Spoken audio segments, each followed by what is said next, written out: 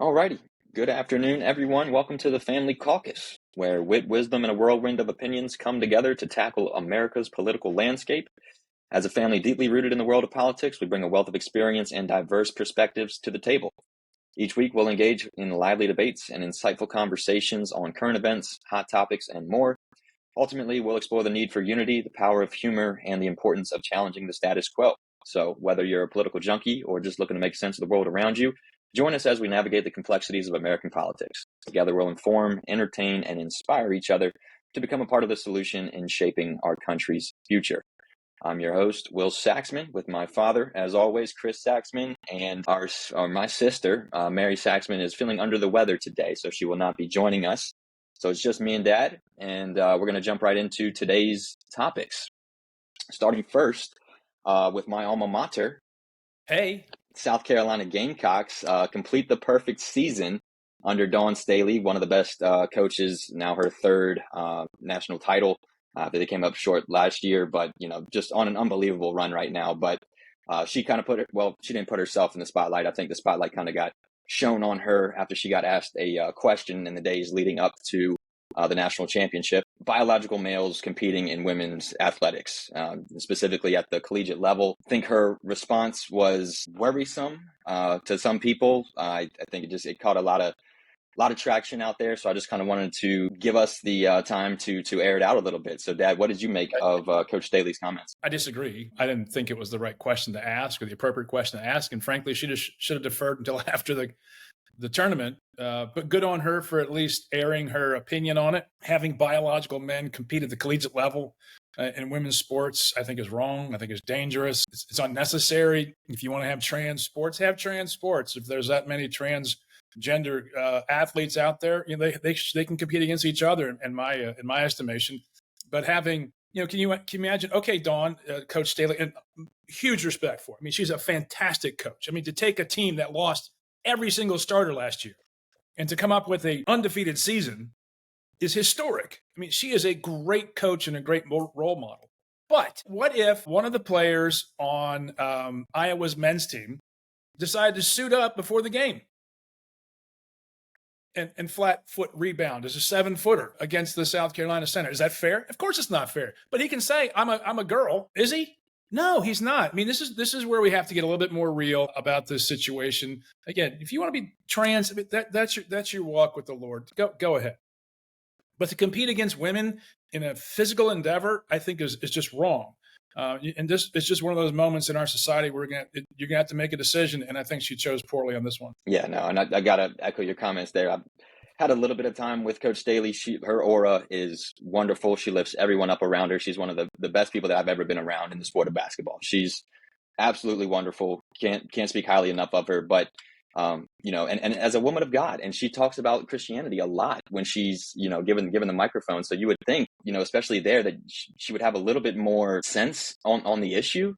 I think her response, if you listen to the pauses and the ums and the ahs, it was like this is kind of how you have to answer the question nowadays. And that was more of the issue than anything, is that I'm not sure that she truly believes in what she said. It's not a great question to ask in the days leading up to the national championship. And like she said, it's going to become a distraction. They asked the same question to the Iowa coach and she just punted. She was like, I'm not going to touch that. And I felt like that's the appropriate response here, saying, I'm not really one that's going to get into that, but obviously there's so much of a competitive advantage when these guys are going out there and making really a mockery of the women's game. And that's what makes women's college athletics so great and men's college athletics so great, is that it's a level playing field. Right. And as soon as you allow people to say, well, I'm a girl, why can't I be a girl? Why can't I compete at this level? And it's not necessarily to do it that way, right? They're going through something mentally. And I think that's where the sane people in this country are going to have to start to stand up every once in a while, like Riley Gaines is starting to do, and saying, hey, no, enough is enough. Let's not be a part of this charade anymore. Don't make me a part of your charade. If you want to do that in your own time and do whatever, that's fine. But you can seriously injure people over here because you've been given the biological differences, and the differences are so vast, and it's at such a young age too. I mean, this stuff is starting to happen with kids 5, 6, 7. Men and women are so different with everything. I was looking at a report that said like the men's hand-eye coordination is so different from girls at the age of like 3 and 4. Yeah. Girls are way better when it comes to memory and like matching and doing like the cards and that kind of stuff. Like girls wipe the floor with boys at that age, but boys, when it comes to hand-eye coordination, off the charts. It's off the charts. So there's just certain things that, after you take hormones or whatever the case may be, it never becomes a level playing field again. And I think once you open that Pandora's box, you can't really put the toothpaste back in the tube. No. And with Coach Staley here, I felt like it was just an opportunity for her to maybe stand up and say that or punt the question. But when you say that, oh yeah, anybody can come play our game, now you're really opening up something that you don't want to open the sport up to. And now it's going to become more watered down if that ever becomes the case. And I think the reason that she gets to say all this, having played the sport herself, is that she hasn't been faced with this reality yet. And as soon as that center comes over from, Iowa's men's team and says, hey, I'm going to go off, for 40 points here or whatnot. And then people go, whoa. And until that happens, it's just not real to them yet. But people like Riley Gaines had to go up against, Leah Thomas and see him go from, not even being a top 300 swimmer on the men's side to winning national championships on the women's side, just like that. And it's taking away from girls that have earned that, chance to compete at that national level. And, it's not about, the fact that he won, but it was the fact that nobody wanted to stand next to him on the podium. They said, this girl that just got 4th place, she should be recognized on this podium, not Leah Thomas. Right. And again, until they get faced with it in reality, I think that this is purely hypothetical thing, and you're going to see people change their opinions on it real quick once it becomes real. And it's well on its way. I mean, you're seeing it in golf, you're seeing it elsewhere as well. So it's going to happen eventually, and I think Coach Staley's going to backtrack a little bit. But I would imagine, to your point, and it's a very good one. Until you are the one who is wronged with these decisions, I would say it right now, she's somewhat inoculated, because to date, no men have come over to try to play in women's basketball. And until she is confronted with that, or someone shows up on tryouts and says, hey, I'm a South Carolina basketball player and I played, high level high school basketball and I want to try out here. And I think I deserve a scholarship. It's like the movie Joanna Man. Remember that movie? Oh yeah. I mean, it's a comedy. It's a comedy. Well, it's not even a satire. Dave Chappelle does a wonderful job on satirizing this, but in my role, I instantly go to solutions. Look, if it's that important to have trans athletes compete at the collegiate level, great. Start having trans sports. Have a trans games. Do that. Have a trans Olympics. I don't care. We have all kinds of different Olympics out there these days. It's healthy to have athletic competition. It's good for the development of the person, good for the development of the soul. But to have them compete at the same level on certain things, it's not competitive. And you and I have had, how many games have we been together? I mean, countless. I mean, countless games where I've coached you, we've been to, we're going tonight. I mean, that's just been a part of what we do. But to have trans athletes compete against women it's fundamentally unfair. They're not genetically made that way. You can't make the case. It's just, and I to your point, I think Don Staley, upon reflection, will kind of go, I got wrapped around it in the middle of a tournament. I mean, right before the championship game. I mean, who does this? Who asked that kind of question in the first place? Just a moronic question. At any rate, I think we're in the same place. Yeah, and it's just what hurts me about it is seeing it again. Like the video of her doing it is like she's having the debate in her head at the moment. It's just like, do I want to get canceled? Do I want the left to come and choke me out right here, right now? Or would I rather have the right be mad at me for this answer I'm about to give? And it felt like that was more of what she was debating and not necessarily the actual facts of the case, which is what we all know to be true. Anybody who's sane, anybody who's been around sports their entire lives, as she has been, knows, women aren't going over to play the men's games. These are men's coming over to play the women's games and watering it down to a point where it's not competitive, and it's not going to be if you just allow the door to open and say, whatever. Like, she has a whole team of men's guys that practice against the women, and it's to make them better. But these are guys that just played high school basketball. These aren't D1 athletes by any stretch of the imagination. They just go play the game, and they do beat the girls in practice. And as soon as one of these guys raises his hand and says, what? How come I can't get, they get national championship rings, which is great. I can get a scholarship by doing this. Are you kidding? I can go free. Yeah. Okay. Yeah. I'll start with because our coach clearly says it's okay. Why is it okay? Just in theory. Let's go ahead and put it to the case. A great point. Put it to the test. I think it's going to be pretty interesting. to her political But tribe, yeah, no, her yeah, sociological tribe, exactly, because exactly. I don't think And she's a, there's funding behind it, NIL money, all well, this kind of stuff not now just that you that, have but to I worry think, about. if you haven't well thought your answers out, you don't have a well-formed opinion on it, which happens all the time. People get stuck and you kind of default to your social environment. And if she is, of the left or is a progressive or a Democrat, whatever, I don't care. I don't care. But, I think she's a married lesbian. Is that right? I believe so. Yes. Okay. So, I mean, in her social cohort, if that is the conversation and you're not trained to answer it the way you would like to, you're going to default to what your brain is trained to. This is where this is the political lesson coming out of me, the political coach coming out of me.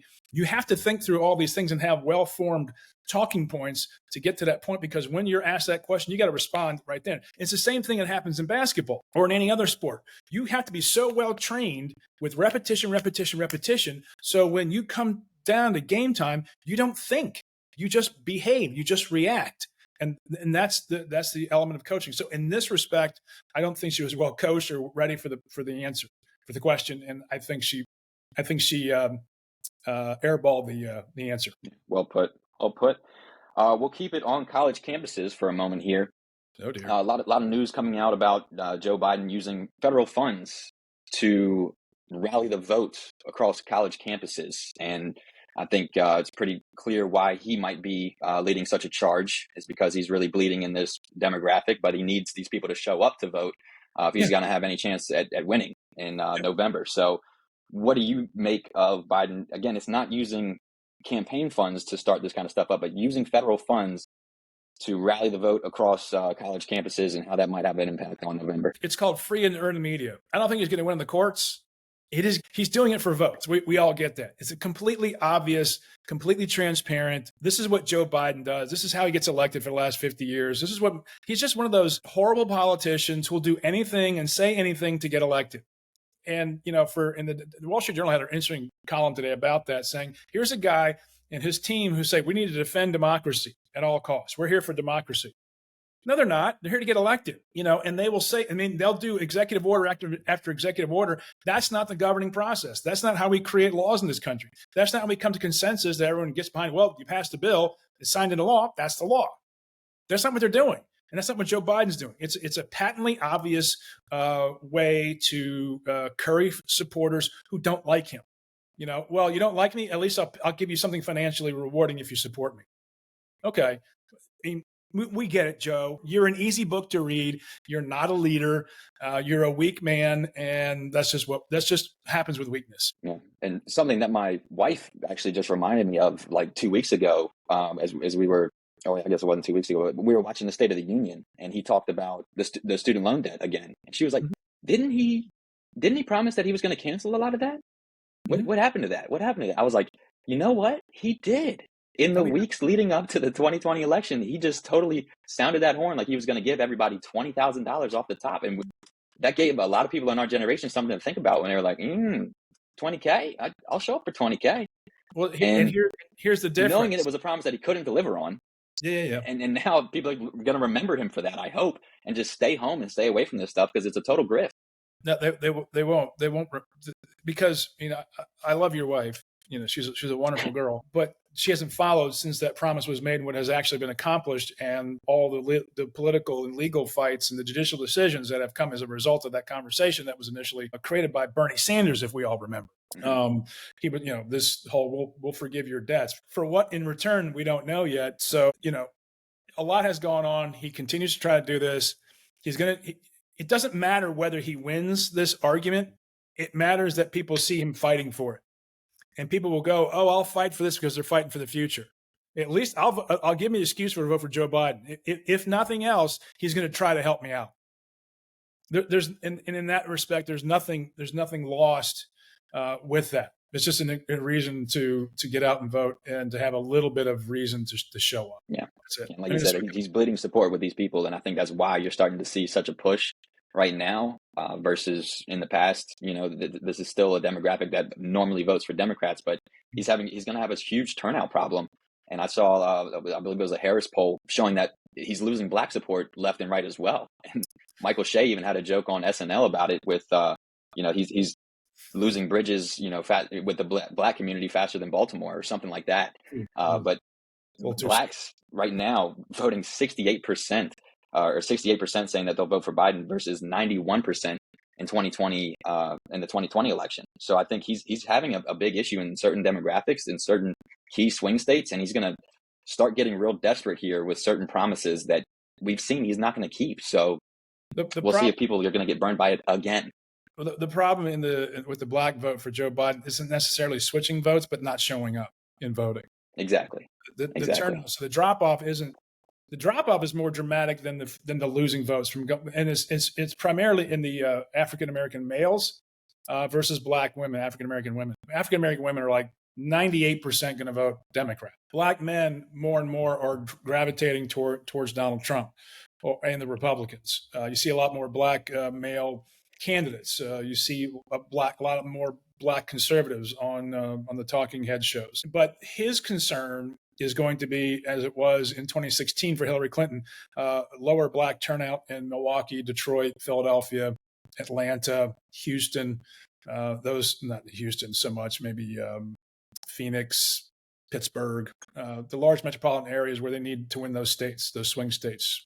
And speaking of prominent black Republicans, I wanted to get your take on the Ben Shapiro, Candace Owens situation that's really unfolding on Twitter over the last couple of days. Just to give it a quick recap, Candace Owens came out basically tweeting something along the lines of, I would love to debate Ben Shapiro any time on this issue. She's come out with some, I wouldn't even call them pro-Palestinian stances, but it was enough to get her released from the Daily Wire, and the Daily Wire's had a bunch of negative backlash around this, but she's got quite the following. And, Ben basically said, you can come on my show 5:00 on Monday. And then Candace started backtracking a little bit, saying like, no, we need a neutral moderator. It needs to be more of a situation than that. There's been money talked about, getting thrown around as well from other talking heads about them wanting to be the moderator and willing to pony up some money in order to do so. But just kind of wanted to get your take on the whole Ben Shapiro, Candace Owens saga that's unfolding. Well, there are two young, energetic voices on the right. I think Ben Shapiro is far more legitimate than Candace Owens. Candace Owens is inflammatory, I think intentionally so. I think she does things to get attacked. She's in that mode. Well, she'll say controversial things for the sole purpose of looking like she's fighting for something it's a little over the top. It's a little, I think it's disingenuous. Some of her comments, and you grow tired of someone like Candace Owens. I mean, she's intelligent, well spoken, has a place in the conservative or the new right conversation, but it's some of the things she just says are just not supportable. And Ben Shapiro is going to call her out. And then look, if Ben Shapiro thought, because they got rid of her contract, I think with Daily Wire, if he thought it was good for business, he'd have kept her. Obviously, her brand can infect and become a cancer in his brand. And they just said it's just not worth. This is the term I've heard so many times in the last month or so. It's just not, that juice is just not worth the squeeze anymore. Yeah, no, that's one of my favorite phrases. I often say it at work all the time. But Ben Shapiro is one of the most visible people in conservative media, and he's a Jew, and he's been really going at this Gaza situation pretty hard in support of Israel, as of course anyone would. So not all Jews are in line with Ben Shapiro and his politics, especially on Gaza.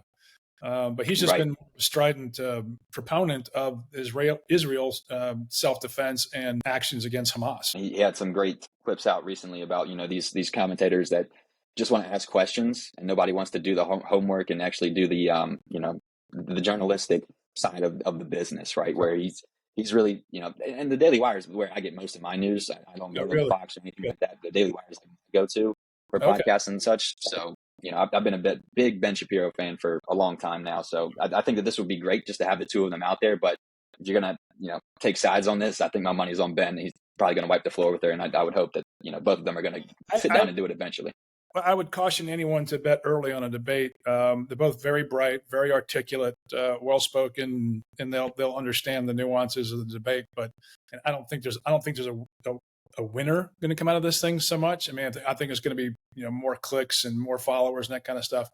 But I think that when he was talking about non-journalistic journalists who go out there and just ask the questions, and throw up the conspiracies, we don't know what's really going on here, but they ask these unanswerable questions. I think there was really a 2x4 to Tucker Carlson, because that's sort of his MO, is to bring up all these interesting questions without any answers. And then the unanswered questions lead you to believe that there's no answers coming. Therefore, it's a massive conspiracy. And I think he's doing a disservice to the country in that regard. Yeah, no, I'm a big Tucker guy, and again, there's just room for it in conservative media space right now. He's got such a following, and he knows how to get his people riled up about certain things. But that's what he's doing. Some of the unanswerable questions out there.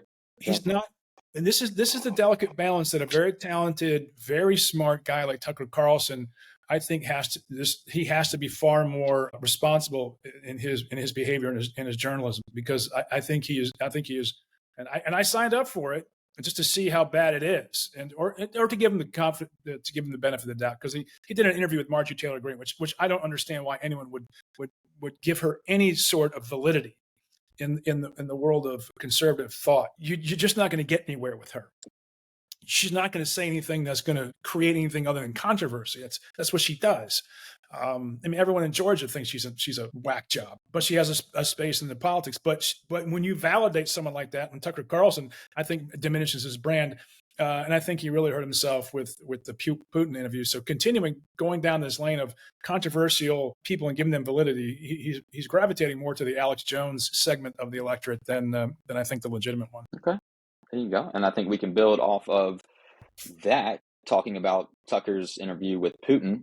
We had a recent comment on one of our videos basically saying that Putin's goal is not to reconstruct the Soviet Union. And I kind of wanted to give you a little bit of time to talk about that, because in Tucker Carlson's interview with Putin, he did ask the question of if that's going to happen, and Putin basically denied it wholeheartedly, said, this is not the goal at all. It's just that we need to stop what's going on in the Ukraine, specifically in regards to NATO. We can't allow that to happen, because every time that we've been invaded, it's been through Ukraine.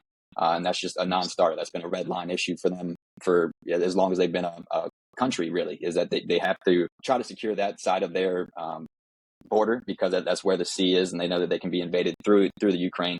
Kind of wanted to get your thoughts on Putin saying that he's not going to reconstruct the Soviet Union. What do you think about that? He's lying. He's always lied. Well, no, actually, they haven't lied. They have said repeatedly that they want to reconstruct the Soviet Union.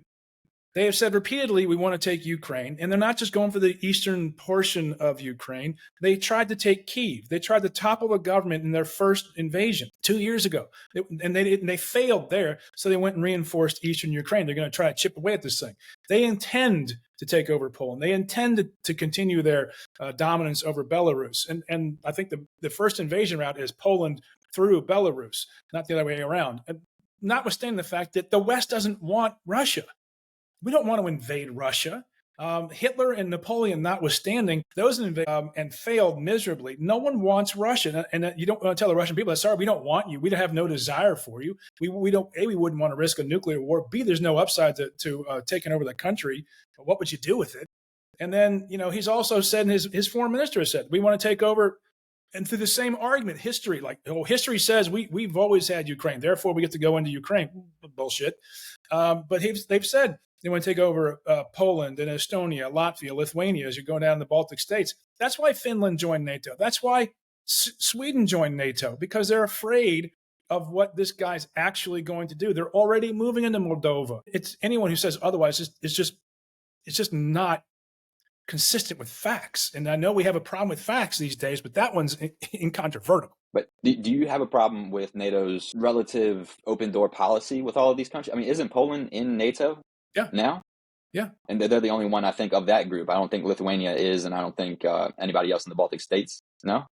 I'm going to check that. Right. I think they are.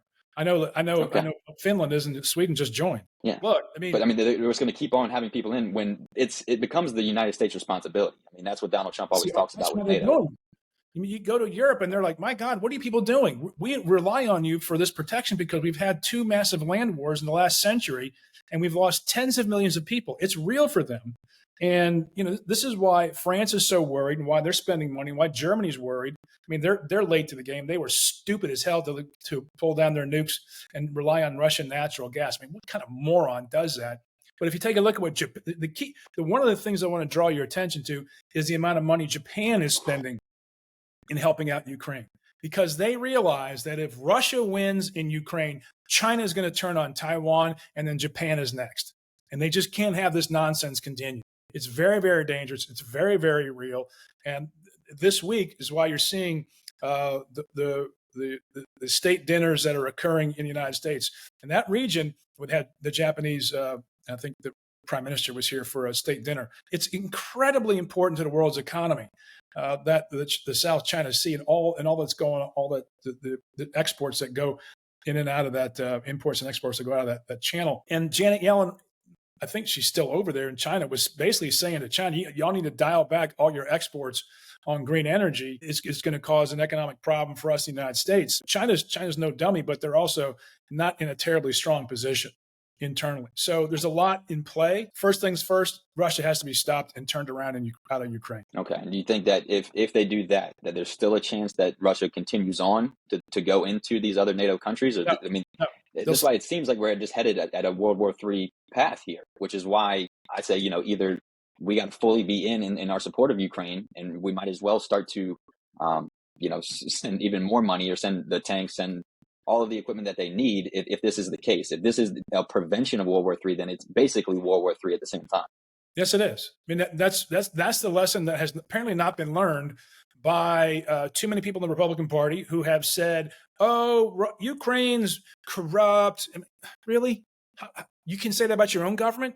Your own political party is not corrupt? I mean, both political parties are corrupt in this country. There's a level of corruption just about anything where you have power and money in particular. But if you want Russia to continue on its way, let them keep doing what they're doing. This is just human psychology 101. This is like kids in the back of a minivan.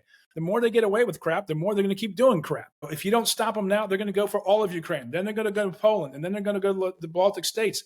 This isn't rocket science. We've learned this in the late 30s with the Anschluss in Austria and the Sudetenland and Czechoslovakia and the invasion of Poland. And we all just went, like, oh, what's going to happen? At the same time, FDR was arming the country. They were cranking up the industrial output of our country to defend itself, because they knew eventually this thing was going to happen.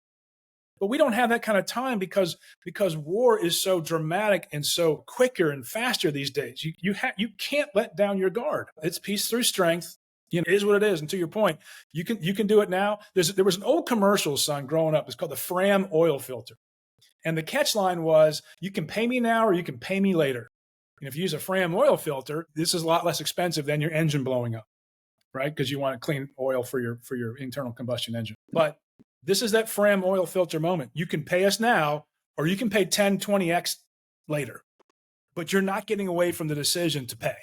The question is how much. I mean, and just talking about the political weight of it all, Donald Trump has said, that these NATO countries didn't pay their dues. Mm-hmm. Basically, Russia can do whatever the hell they want. Do you think that there's any chance? I mean, is he trying to play to the people on the right in November? I mean, I think that this could become more of an issue as we get closer to election day. You think there's any chance that he flip-flops, or how is he going to play this in the American landscape a little bit to try to gain support in November? Well, he's captured by his own audience that he built up. And one of the things he can't do is turn on them but so much. And his whole commentary, I'll have this done within 24 hours, was so stupid, so dangerous, and so stupid. But it penetrates the political mind of folks out there going, this will be over with Donald Trump. We know it won't be a day, but he'll end it. And then Ukraine goes, what do you mean a day? You can't, if you give it a day, we know Russia's not going to leave. So that means you're going to give them Eastern Ukraine. That's a no for us. And if you want us to go alone, we'll go alone. We'll gear up or we'll just die a slower death. So it's a non-starter. But let's be honest, Donald Trump's full of shit. He'll say anything he can in the moment, and he'll explain it away. Here he was bragging about overturning Roe v. Wade, and yesterday he comes out saying it's up to the states to decide what they want to do. He never said that when he was running for president the first time. He was going to overturn Roe v. Wade, which he did. So I don't believe much of what he says, and I don't think anybody should. It's a matter of what direction he is generally going that people follow. I'd say why we started this podcast, man. It's the worst election in the history of elections. It's just the worst two candidates that could ever go at it. Well, So we got to try to make two sense principles and and find the three truth in very all of these minor matters as characters, best right? we The can. two principles, one is projecting weakness, Joe Biden, and one is projecting strength, Donald Trump. And in turbulent times, people will get behind the stronger leader because it's safer and it's more resolute. There's more assurity of what's going to happen, and that's why I think Donald Trump's a little bit ahead right now, because both Trump and Biden are both, their unfavorables are in the 60s. The United States is wildly popular about one over the other. It's just who's the lesser of two lessers. And that's what's coming down. It's not because Donald Trump's wildly popular. It's like because Joe Biden's numbers just suck. Well, I want to go back real quick to Okay. talking about the eastern Ukraine getting lost. I mean, do you think that there's any situation that plays out here where Ukraine keeps all of it and that's not part of the peace talks to give them at least part of the country? You think there's a chance that Ukraine keeps itself in its entirety? Yeah, I think that's far more likely than not. Okay. Because Japan is sending billions of dollars there. It's not for anything else but to keep China out of Taiwan and the rest of the Southeast Asia. It's in their self-interest. They're sending them mine-sweeping equipment, Kevlar vests, a lot of technological advantages that they learn in cleaning up mines, I think, from their experience in war relatively recently. So they've got a lot to do. But one has to understand is how much China hates Japan.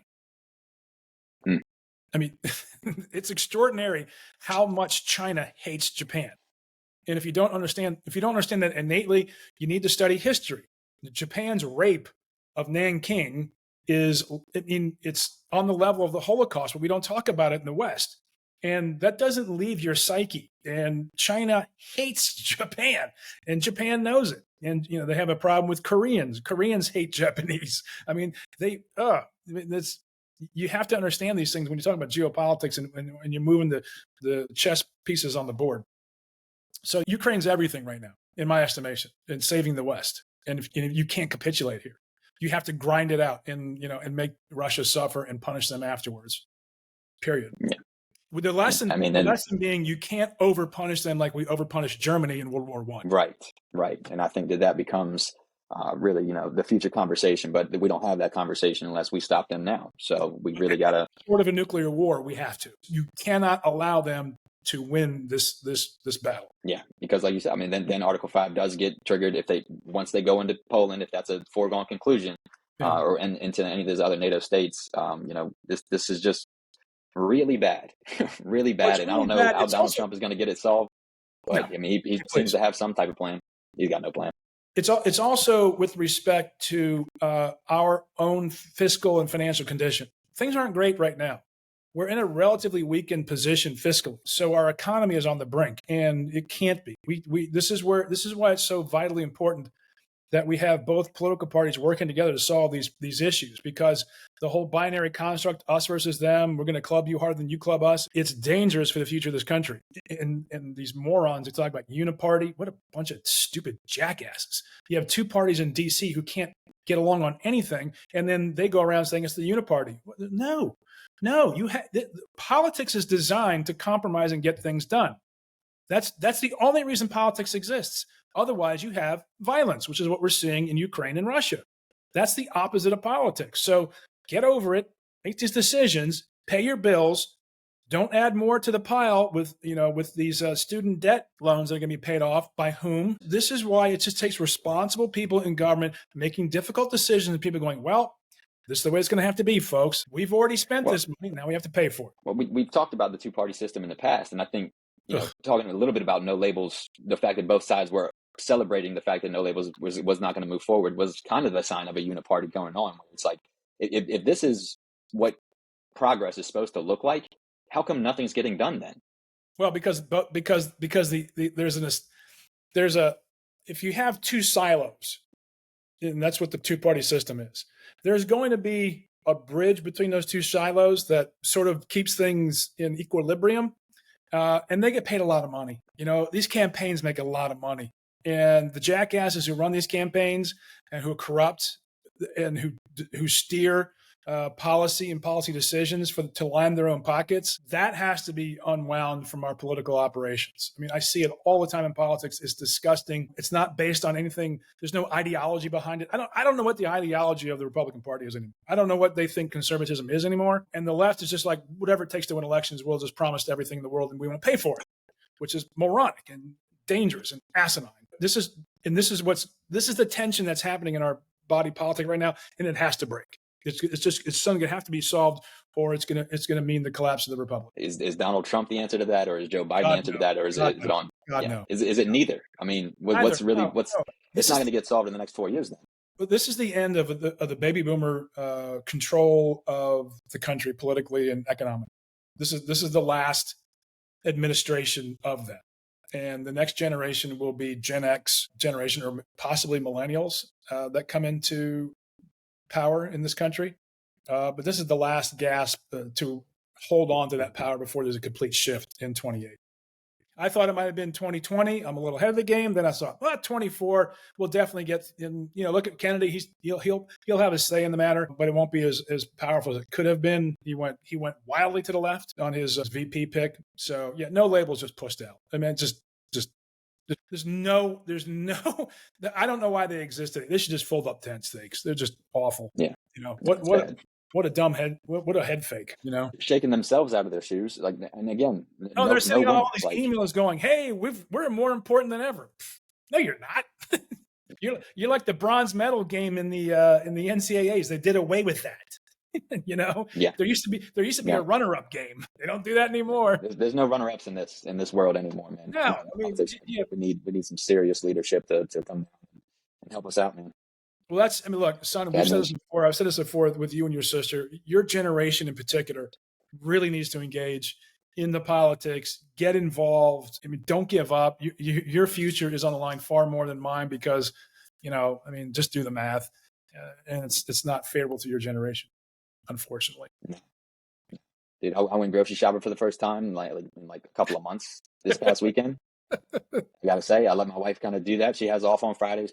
She likes to do it. Okay, stop. But dude, I mean, these grocery prices are out of this world, dude. I mean, it's like on top of the mortgage crisis, on top of everything that's weighing on this generation, man. It's kind of like we got to get involved and we got to come up with some real solutions, man, because otherwise it's just going to debilitate us. I mean, there's people looking at apartments around Richmond like at $3,000, $3,500 a month for an apartment. Nuts. Like, how are you supposed to save up to buy a house at that point? That's the whole goal of this. You're not going like it's that whole. And also because local governments aren't building out homes. They're not letting people put up homes, single-family homes, so you can invest and build wealth. You're taking $3,000 and putting it into an apartment. You're flushing it down the goddamn toilet. Yeah. You're not creating any wealth. You can't buy a house. Apartment buildings, you're just saying we give up. Yeah. Yeah. And they're everywhere. They're everywhere. No, it's disgusting. It's disgusting when I see apartments going up. I think it's disgusting. No, and I mean, it's because nobody can afford a house. Nobody can afford to build a house. And like, these ones going up behind me are like starting at like $450. They're not putting in a supply in the system. Yeah, that's it. And, I mean, if you want lower prices, you got to put more supply in. It's just supply and demand. Yeah, and we could talk about this next time, man. But your generation, when your generation was coming up and you were my age, people like you were going into retirement homes and whatnot, and you guys are not moving out at that rate. So the houses that are existing, and you guys have, less than 3% interest rates or something like that. Dude, I've been talking to people like it's unbelievable. But yeah, you're not moving out. You're staying alive longer, and these houses aren't being built to your point. I mean, it's a problem that's twofold. You're getting more and more of these retirement assistants, 55 plus and up.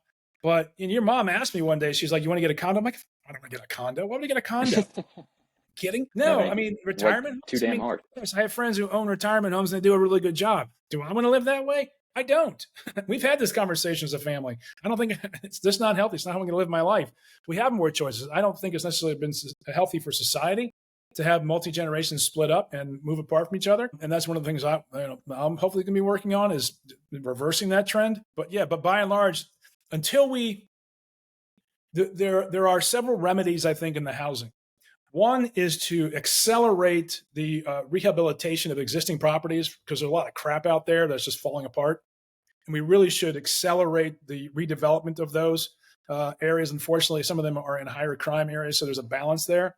But you have to start redeveloping or developing more houses where they're currently not being housed. And a lot, unfortunately, liberal progressive ideas are we don't want to build homes anymore.